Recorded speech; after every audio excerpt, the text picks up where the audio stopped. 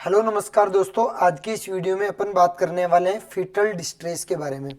क्या होता है फीटल डिस्ट्रेस, कैसे कैसे आप इसका असेसमेंट करेंगे और इसका इमरजेंसी ट्रीटमेंट क्या होगा, ये बातें अपन शॉर्ट में इस वीडियो में बात करने वाले हैं। सबसे पहले तो फीटल डिस्ट्रेस जब भी किसी बच्चे में होता है, फीटस में होता है, तो इसके लिए सबसे पहले आप क्या असेस करोगे, असेसमेंट क्या होगा। तो याद रखिएगा, सबसे पहले फीटल हार्ट रेट। सबसे पहले जो चेक करने की चीज़ है कि बच्चा जो है वो डिस्ट्रेस में है, समस्या में है, तो इसके लिए फीटस की हार्ट रेट आपको देखनी होती है।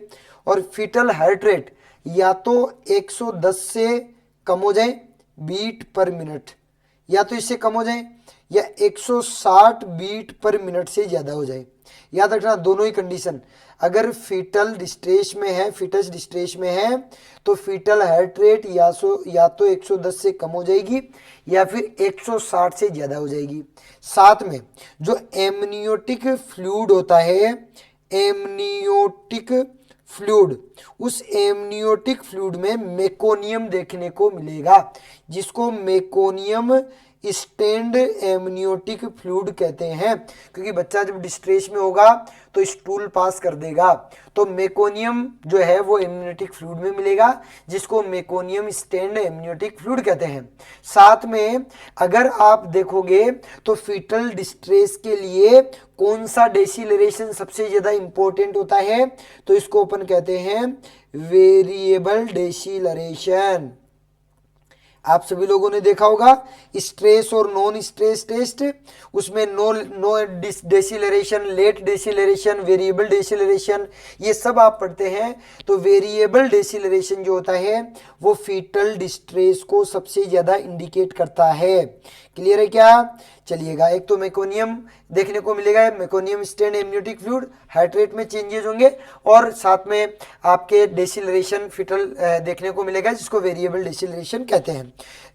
नेक्स्ट अगर अपन बात करें कि अब आप इसके लिए क्या प्लान करने वाले हैं, ऐसी कंडीशन में अब आप क्या करेंगे, तो सबसे पहला काम तो जब आप डिलीवरी करवा रहे होंगे तो ऑक्सीटोसिन दे रहे होंगे, तो ऑक्सीटोसिन को स्टॉप करो। क्योंकि ऑक्सीटोसिन क्या करवाता है, यूटेराइन कॉन्ट्रैक्शन, और जितना यूटेराइन कॉन्ट्रैक्शन ज़्यादा होगा उतना ही फिटस डिस्ट्रेस में जाएगा।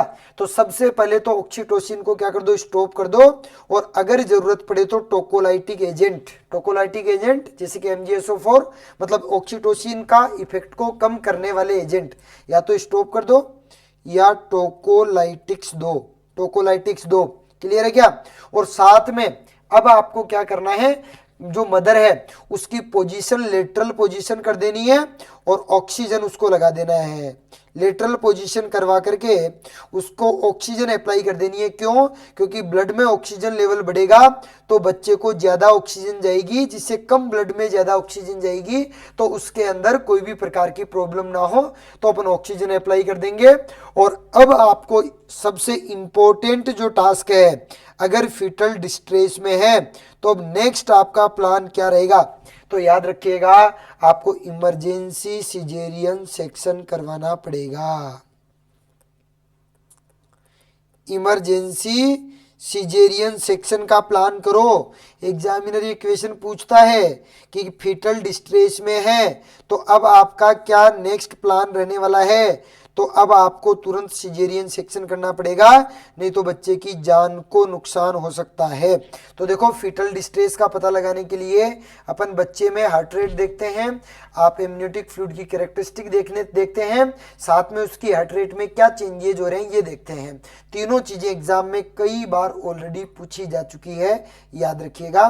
प्लान के अंदर ऑक्सीटोसिन स्टॉप करोगे, टोकोलाइटिक एजेंट दोगे, मदर को ऑक्सीजन लगाओगे, लेटरल पोजीशन में इसलिए रखोगे कि सुपाइन हाइपोटेंशन सिंड्रोम ना हो, और लास्ट में इमरजेंसी सिजेरियन सेक्शन के लिए पेशेंट को रेडी कर लोगे।